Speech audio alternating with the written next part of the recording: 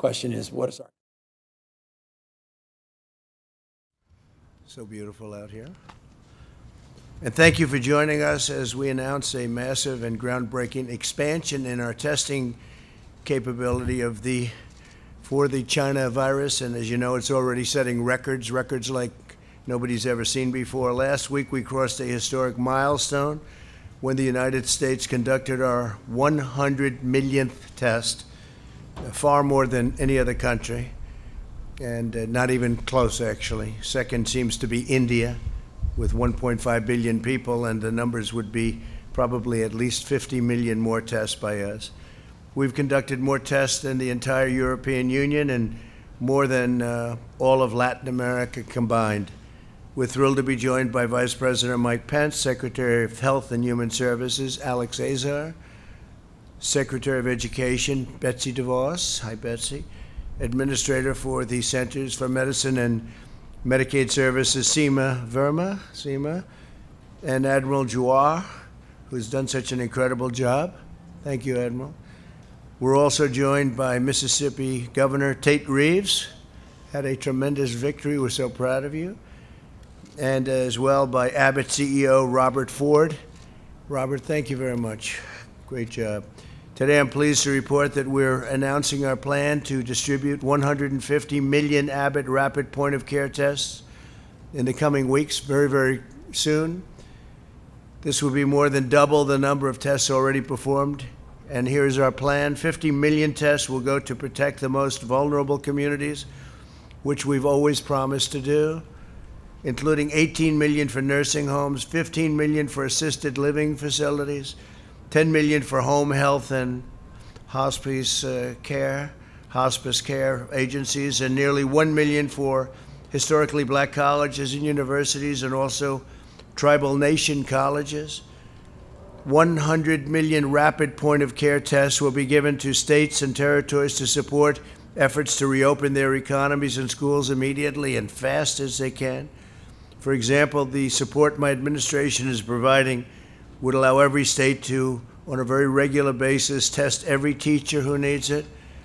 This continues our critical effort to use testing to protect high-risk communities. These new Abbott rapid point-of-care tests are easy to use and return results within just minutes. You'll have a result at a maximum 15 minutes. No machine is required to process them. So in the old days when we just started this, you remember we'd go out and we'd have to find these massive laboratories with tremendously expensive equipment. Now we're down to something that you'll see that is really from a different planet. I would like to ask Admiral Jawar to come up and demonstrate how these tests are performed. He'll do this very nicely, I think. Good luck. Hope you don't test positive.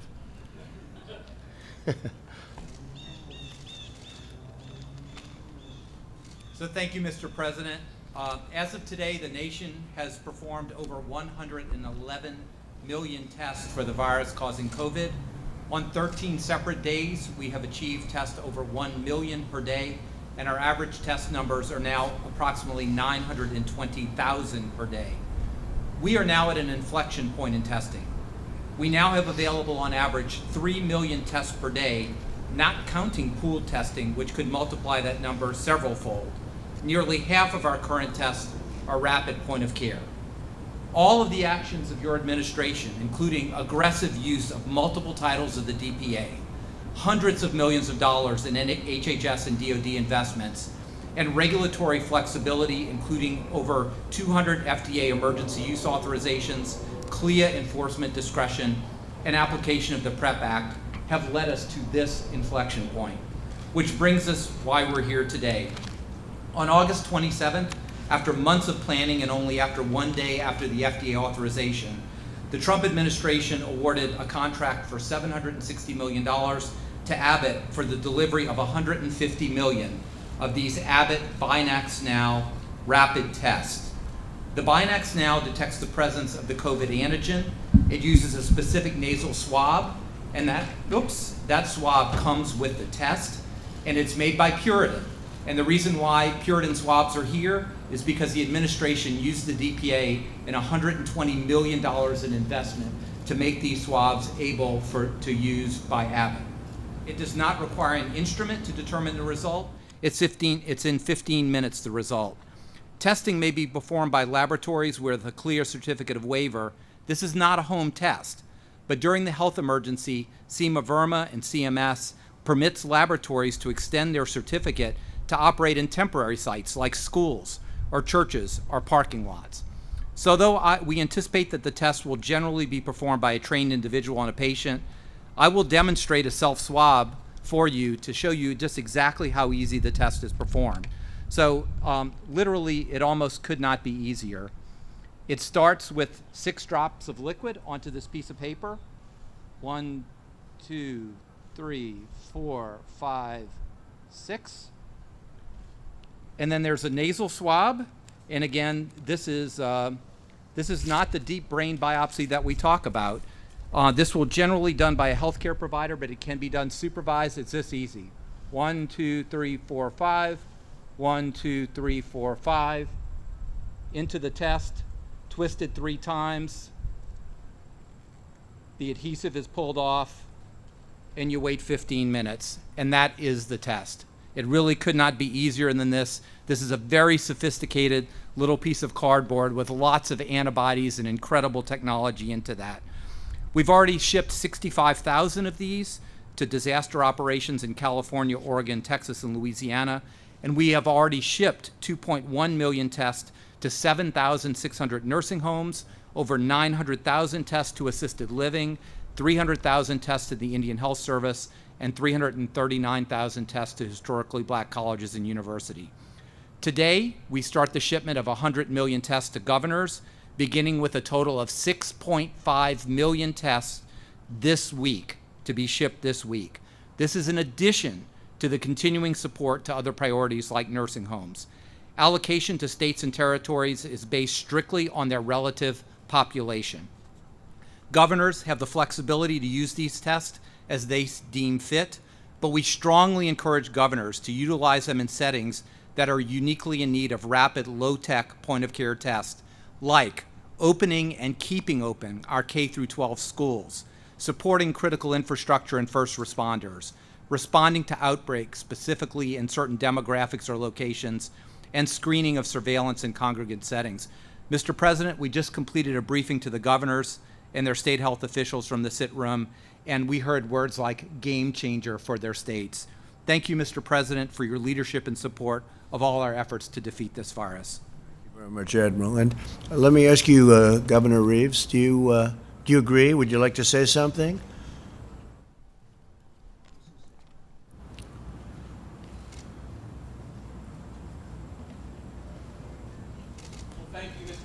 For your leadership through this pandemic and through this crisis. It was said by Republicans and Democrats alike earlier, this is a game changer. In our state of Mississippi, our K-12 schools have been open for 9 weeks. Our institutions of higher learning have been open for about the same.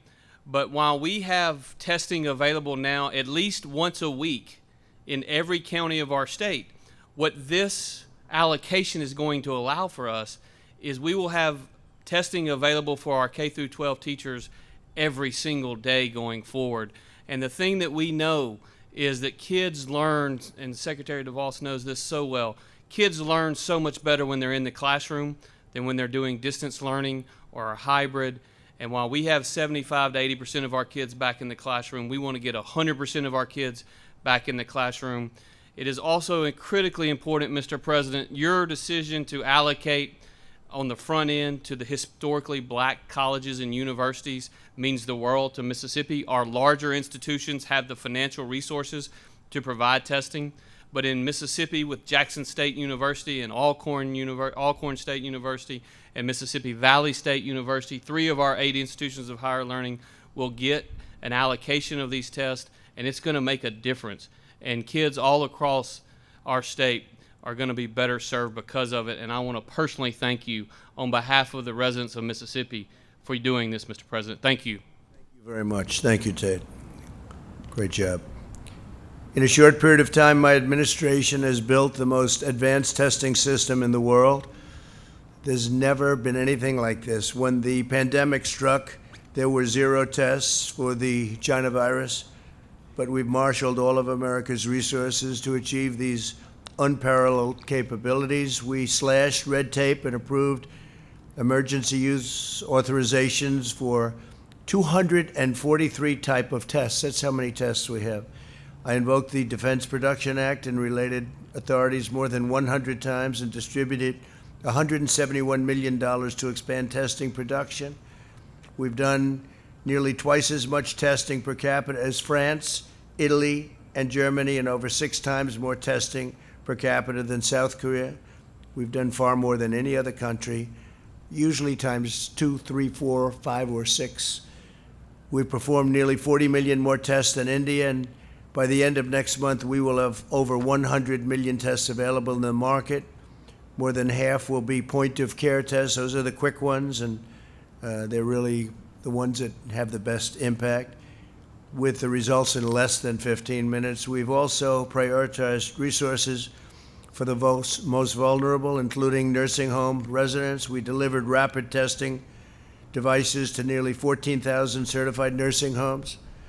We opened over 1,000 community testing sites in low-income communities. Nobody could have done this. We invested an unprecedented $8 billion to help tribal communities have the tests and resources they need to combat the virus. And it's important to remember that as younger and healthier people return to work, and as we massively increase testing capacity, we will identify more cases and asymptomatic individuals in low-risk populations. This should not cause undue alarm. The total number of cases is not the full metric of success. Hospitalization capacity and mortality rates are far more instructive metrics. As we do more tests, you're going to have automatically more cases. We are relentlessly focused on protecting the vulnerable while enabling healthy Americans to go back to work. We can do both, as Florida, Arizona, and other states have recently shown. Over the last 8 weeks, hospitalizations have declined by 48%, and they've just reached the lowest point since March. It's a long time ago. Due to advances in treatment, the fatality rate has fallen 85% since April. Our excess mortality has been considerably lower than comparable countries. Excess mortality compares total deaths during a pandemic to what we would be expected in a normal year. This is a critical measurement because it includes undetected China virus deaths along with deaths resulting from lockdowns.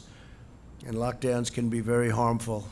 And we have too many states that are locked down right now. The governors are, nobody knows what the governors are doing, actually. Europe has experienced a 50% greater excess mortality rate during the virus than the U.S., and their economic contraction has been far more severe. Under Operation Warp Speed, my administration is on track to deliver a safe and effective vaccine in record time. We're doing very well with the vaccines, as most of you know. 4 vaccines are now in the final stage of trials. The day the vaccine is approved by the FDA, we'll begin distributing it within 24 hours with hundreds of millions of doses to follow very quickly. We're all set to go. We're all ready, and logistically, we have the military lined up, and some incredible people are just waiting to have it. Over 100 million doses will be available before the end of the year. We will defeat the virus, and we will end the pandemic. And next year will be one of the greatest years in our history, and we think it's going to be a very exciting period of time. With that, I'd like to ask Mike to say a few words, because you just left a task force meeting. Vice President Mike Pence.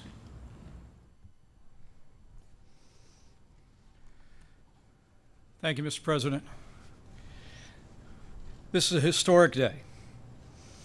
And other than the day that I believe will come soon, that America produces the first safe and effective vaccine, what's announced today with the distribution of 150 million rapid point-of-care tests all across America is a testament to your leadership, Mr. President. It's a testament to this great team that you've assembled, from Secretary Azar, Admiral Giroir, and others. It's a testament to the partnership that we forged with governors like Governor Reeves all across America. And it's a testament to great companies like Abbott Laboratories, and the thousands of employees who, Mr. President, I know have literally worked around the clock since those early days in this pandemic, when you brought in the greatest research companies in America and said that we need medicines known as therapeutics, we need a vaccine for America, but you also challenged them to develop a rapid point of care test that could be distributed all across America and enable us to more effectively slow the spread, flatten the curve, protect the vulnerable, and save lives.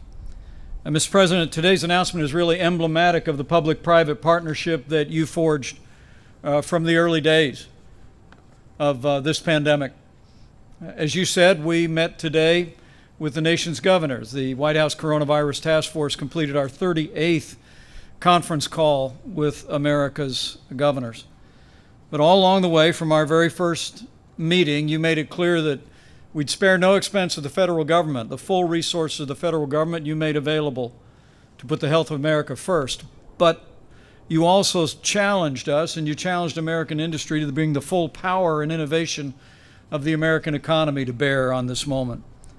And whether it be PPE, where we forged a partnership to see to the delivery and the manufacture of hundreds of millions of personal protective equipment, whether it be how we started with 15,000 ventilators in the Strategic National Stockpile, and today in partnership with GE Healthcare, Ford, and General Motors, we have over 150,000 ventilators in the Strategic National Stockpile, whether it be the extraordinary progress on therapeutics, remdesivir, convalescent plasma that are literally saving lives, or whether it be, as you reflected, Mr. President, on our steady progress toward achieving a safe and effective vaccine before the end of this year.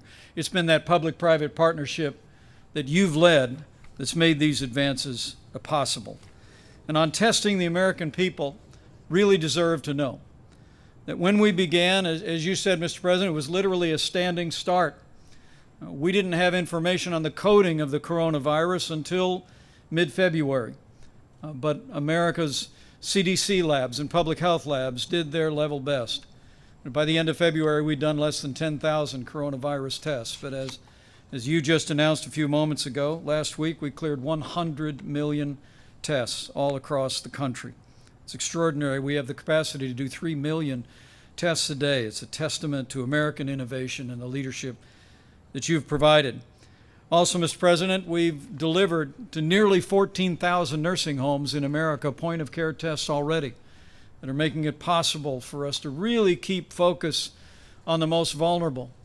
As you know, only 8% of those who have contracted the coronavirus are in nursing homes, but 40% of those that have lost their life have been in nursing homes. And so we've surged those resources and surged them to vulnerable populations.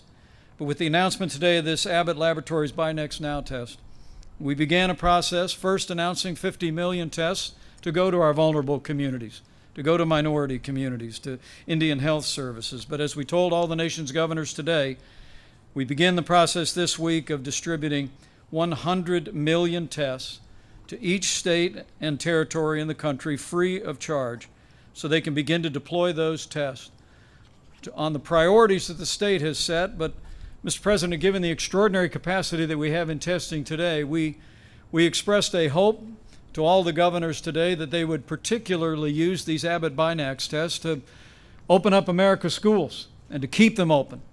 And we heard about the enthusiasm of governors from both sides of the aisle about what this test will mean in helping to process the testing that will get our kids into school and keep our kids in school. And Mr. President, let me just close by saying we've passed through a challenging time in the life of this nation in 2020, and our hearts, and I know your heart, is with all the families that have suffered loss. But as you said, the cases are declining. Hospitalizations have been declining dramatically, particularly in the Sun Belt.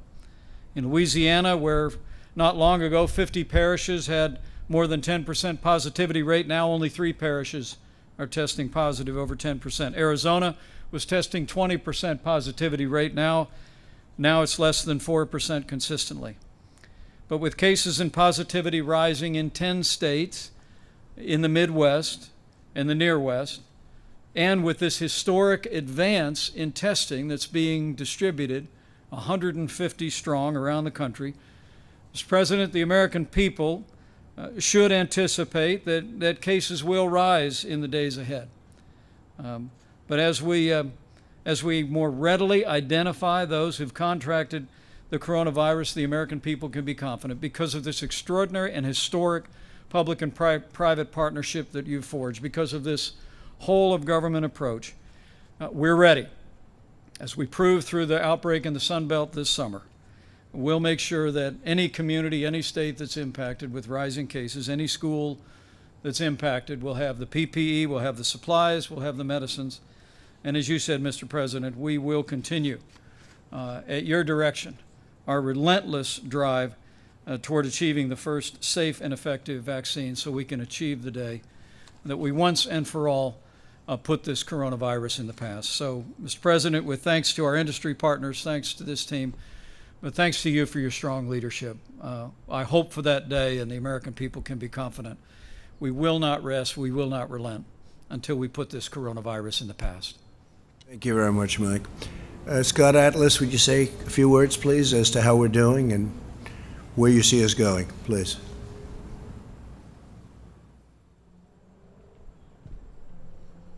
Okay, thank you, Mr. President. And I also want to echo the congratulations to the team, the task force, Admiral Giroir in particular, who's worked very hard on the testing. This is a remarkable day because we have state-of-the-art testing. This is not the typical point-of-care test even. This is new. This does not require any kind of machine. It's very rapid. And this is not one of those deep swab things that people are reluctant to use. So I think we're really making an advance here to do what testing is supposed to do, and that's to save lives. As the Vice President mentioned, we know that there are areas of the country that have more cases. This is to be expected with more social mingling. And the testing, but particularly protecting the vulnerable, is the key here. We have not seen hospital overcrowding. We're doubling down now with testing to protect vulnerable people, not just inside nursing homes, but in residential settings and senior daycare centers. This is a remarkable advance, and I anticipate that as this virus, as we get toward the end of this pandemic and the vaccine is being developed as quickly as it has been, America will be in a different position. And there really should be, as I've said many times, the fear is not the issue here. We really have a handle on what's going on. We know what to anticipate, and there's remarkable advances being made as we see today. Thank you very much. Well, thank you very much. Tremendous progress is being made, and I say it, and I'll say it all the time, we're rounding the corner. And very importantly, vaccines are coming, but we're rounding the corner regardless. But vaccines are coming, and they're coming fast. We have 4 great companies already, and it's going to be added to very rapidly. They're in final stages of testing. And from what we're hearing, the results are going to be very extraordinary. So thank you very much. I appreciate it. And thank you very much. Great job by Abbott. Right from the beginning, great job by Abbott. Thank you. Thank you very much, everybody. Thank you. Financial information.